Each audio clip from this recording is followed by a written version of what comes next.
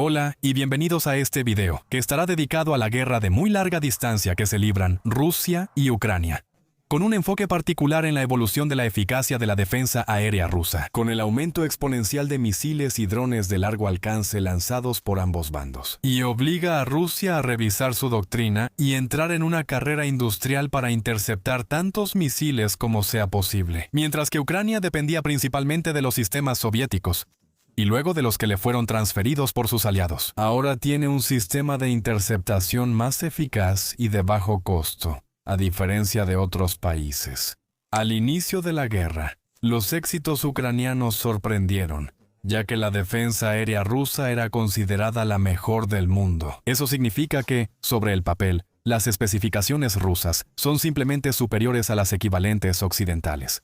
Sobre todo porque tenían 3 nuevos sistemas que habían entrado en servicio desde hacía unos 20 años, como el S-4 con alcance de más de 400 kilómetros frente a solo 150, a 180 kilómetros de sistemas occidentales como Patriot o SAMP-T franco-italiano. Además, con una capacidad de detección por radar que teóricamente se anunciaba de hasta 600 kilómetros para los grandes objetivos.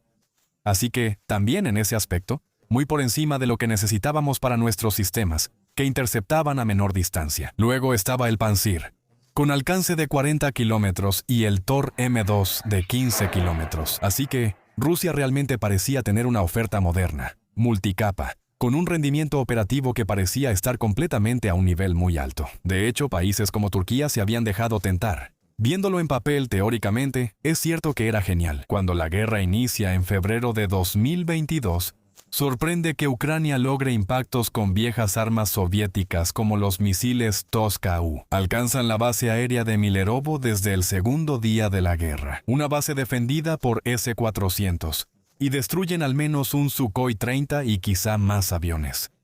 El 24 de marzo el misil destruyó un buque de desembarco clase Alligator en el puerto de Berdiansk, Mar de Azov. También están los lanzacohetes Smerch BM-30 de 300 mm, y los rusos afirman poder interceptar esos cohetes. Por ejemplo, hubo 20 ataques exitosos solo en la base aérea de Chornobayivka, cerca de Gerson, lo que se volvió un meme en internet. Cada vez que los rusos perdían helicópteros en ese aeropuerto, al día siguiente ponían nuevos y se los destruían igual. Llegamos a 14 helicópteros confirmados por imágenes de fuente abierta, mostrando que los rusos no pudieron interceptar viejos misiles soviéticos. Pero finalmente, incluso a finales de año hubo una sorpresa aún mayor, ya que los ucranianos volvieron a poner en servicio un viejo dron a reacción Tupolev 141 que va a recorrer, agárrense, más de 700 kilómetros sobre territorio ruso para poder atacar bases aéreas, o al menos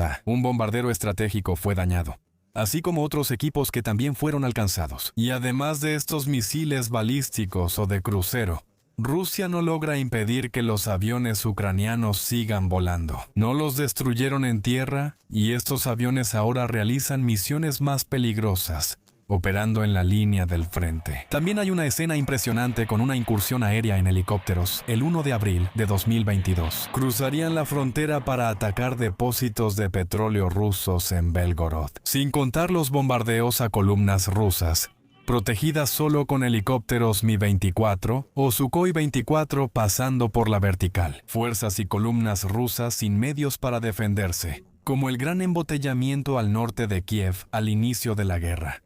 Y luego, obviamente, el Bayraktar TB2, del que se ha hablado mucho, que causó muchos daños, que tuvo un verdadero impacto psicológico al inicio de la guerra, y finalmente, que parecía casi imparable. Pero finalmente, después de algunos meses, los rusos se van a reorganizar. Esta ineficacia de la defensa aérea se debe primero a que el equipo no cumple las expectativas, especialmente en la protección del suelo ruso, donde bases aéreas protegidas por lo más moderno no lograron detener misiles o sistemas soviéticos simples. Pero también se puede observar que simplemente había una mala coordinación entre los equipos, con órdenes que simplemente eran incoherentes. Por ejemplo, los rusos partían del principio de que su primer ataque habría destruido toda la aviación ucraniana, que ya no quedaba ninguna pista en condiciones de hacer despegar un avión, y ningún avión operativo. Y entonces, todo lo que volaba tenía que ser necesariamente un amigo. Así que no iban a disparar a sus propios aviones.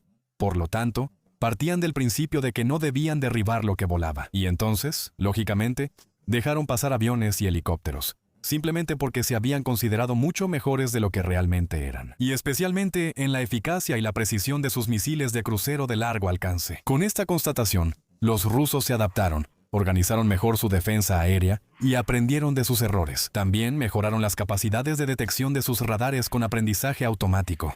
Por ejemplo, el Bayraktar, del que los ucranianos compartían imágenes de destrucción. Los rusos analizaron las imágenes de sus radares y notaron que en ese momento no detectaron el Bayraktar, pero lo hicieron después. Aprendieron al analizar de nuevo las imágenes y comparar la información del radar con las imágenes compartidas por los ucranianos que conocían la posición del Bayraktar. Y así fue como terminaron aprendiendo dónde se encontraba. Y entonces pudieron ponerlo en peligro, mientras que, en el pasado, el Bayraktar solía hacer incursiones con bastante libertad en ciudades que estaban hasta a 130 kilómetros detrás de la frontera rusa. Por ejemplo, en una ciudad como Briansk.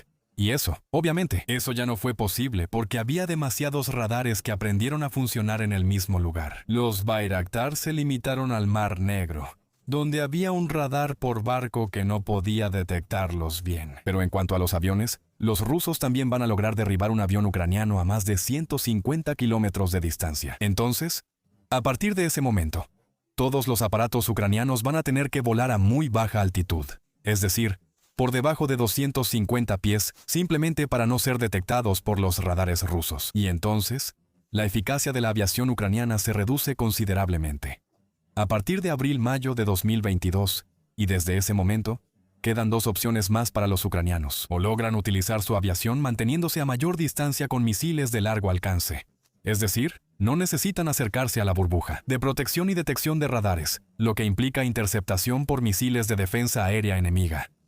Eso requiere misiles de largo alcance, que no tenían en ese momento. O también consiste en poder destruir esa defensa aérea con misiones DED. Está el SEAD, que suprime la defensa aérea usando guerra electrónica. Vamos a interferir los radares.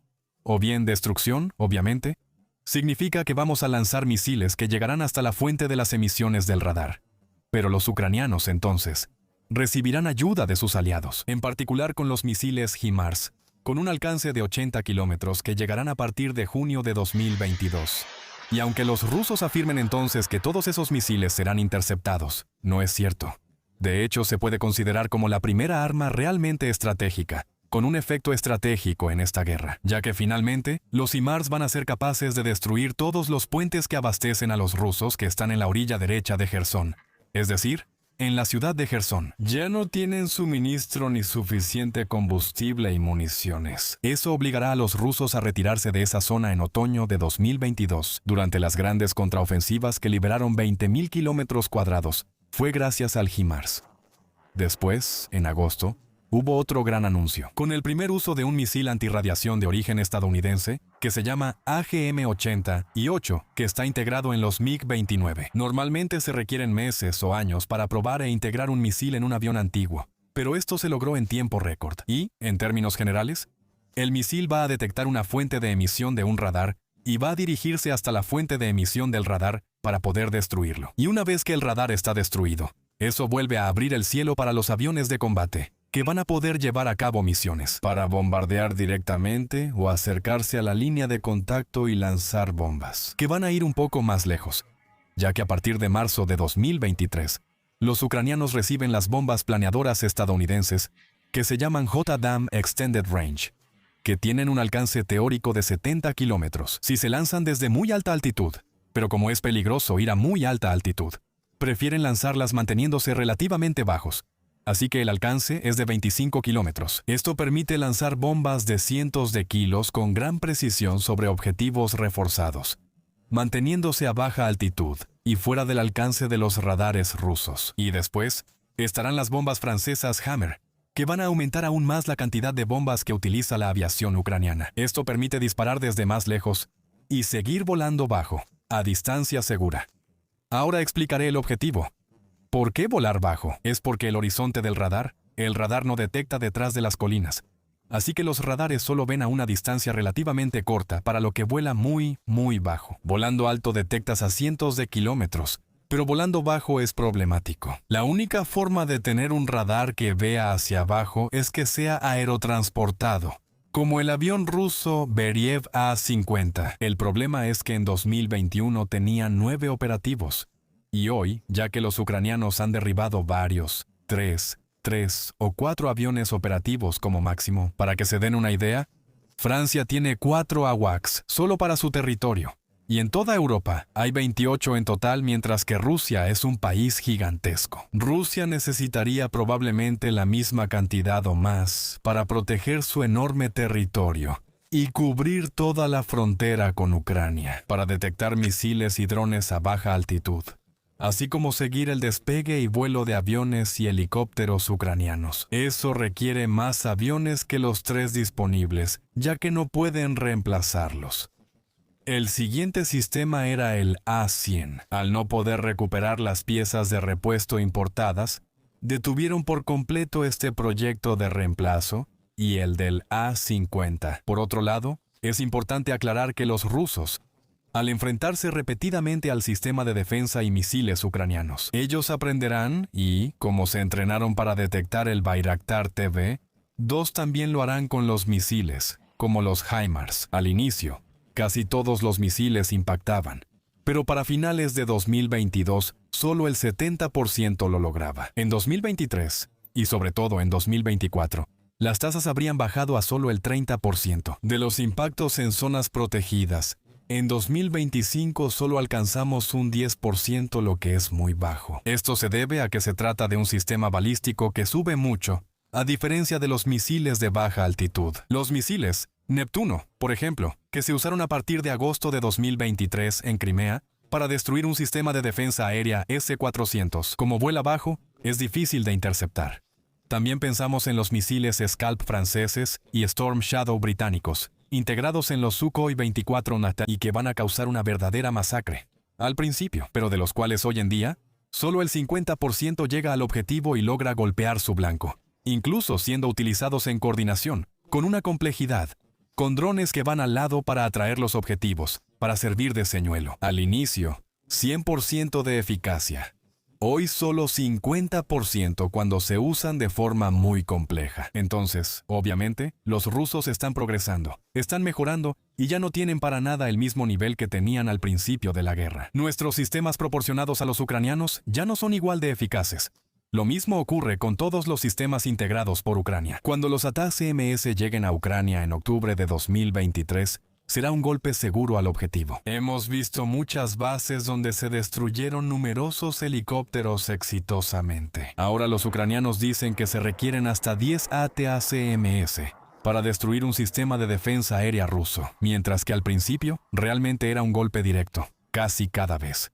Pero el otro problema para los rusos es que, poco a poco, también van a sufrir una merma y van a perder mucho equipo, comprobados y destruidos con imágenes de fuentes abiertas. Se confirma la pérdida de 368 sistemas lanzamisiles de defensa aérea, como los S-300 y 112 radares. Algunos fueron destruidos y otros capturados por los ucranianos, quienes hicieron ingeniería inversa para aprender a evitarlos. Hay 28 cañones antiaéreos Tunguska y 92 equipos de guerra electrónica capaces de reducir la precisión del GPS y evitar ataques precisos. Solo hablamos de pérdidas comprobadas con imágenes geolocalizadas. Les dejo enlaces a mapas especializados para que verifiquen. El otro problema para Rusia es que, aunque su defensa aérea mejora, cada vez hay menos zonas realmente protegidas. Y entonces, se van a concentrar en las zonas donde quieren guardar lo más valioso: los depósitos de municiones, los aviones, etc. Y hay cada vez más zonas en las que es barra libre, y los ucranianos pueden atacar más fácilmente. En ciertas áreas, la eficacia de los HIMARS es del 8%. En zonas no protegidas, casi siempre es del 100%. Otro problema es que los rusos también usan muchos misiles para defenderse. Ucrania lleva 3 años aumentando la producción de drones de largo alcance, como el FP-1, que ya supera las 200 unidades diarias. Solo el 30% de estos drones ucranianos de largo alcance logra su objetivo, mostrando una eficacia relativamente importante. Pero solo el 10% de los misiles realmente logran causar los daños que se esperaban.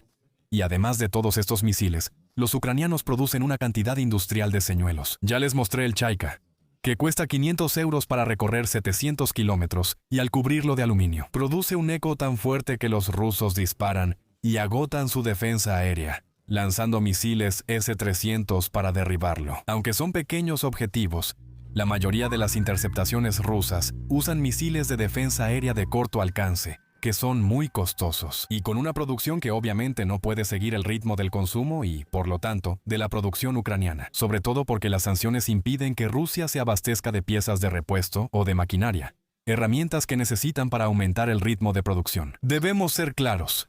Sin sanciones, Rusia fabricaría muchos más misiles para atacar a Ucrania y para su defensa aérea. Podría relanzar la producción masiva de esos radares, aunque le falta electrónica de potencia. Y también, como ya les dije, de esos aviones radares que son fundamentales para poder captar lo que pasa a ras del suelo. Los ucranianos ahora cuentan con 2 aviones radares AWACS, proporcionados por Suecia. La ventaja ucraniana en defensa aérea es clara, ya que tienen acceso libre a los componentes necesarios para su sistema. También porque Rusia no tiene interceptores baratos como el ucraniano Sting, que cuesta 2.000 euros y enfrenta a los Shahed. Producen cientos de unidades diarias. Los rusos tampoco tienen esa densa red de camionetas con simples ametralladoras, pero que derriban misiles todos los días por un costo absolutamente insignificante. Mientras que en el aire, aviones ucranianos derriban misiles con el cañón, como se ve aquí con un F-16, o también con simples cohetes guiados por láser que son proporcionados, por ejemplo, por empresas como Thales, en Bélgica. Y pronto haré un reportaje con ellos, mientras que nosotros, cuando pequeños drones Gerbera rusos, que cuestan miles de euros, sobrevolaron Polonia en Europa, se usaron misiles de más de 1 millón de euros para intentar interceptarlos. Había que defenderse, pero esa desproporción para interceptar los drones rusos chafas, los rusos hacen lo mismo, usando misiles que cuestan carísimos para atacar señuelos, o para misiles que no cuestan casi nada. Porque los rusos, ellos, siguen usando principalmente sus Pantsir y no tienen alternativa, ya que empezaron a desarrollar esas pequeñas alternativas de bajo costo, solo después de haber empezado a ser atacados masivamente, enfrentándose a las oleadas de misiles ucranianos a partir de 2024. Y en cuanto a la detección, es lo mismo. Los ucranianos han desplegado redes con miles y miles de sensores acústicos que permiten reconocer el misil que está sobrevolándonos, dar su trayectoria, si es un dron, un misil, etc.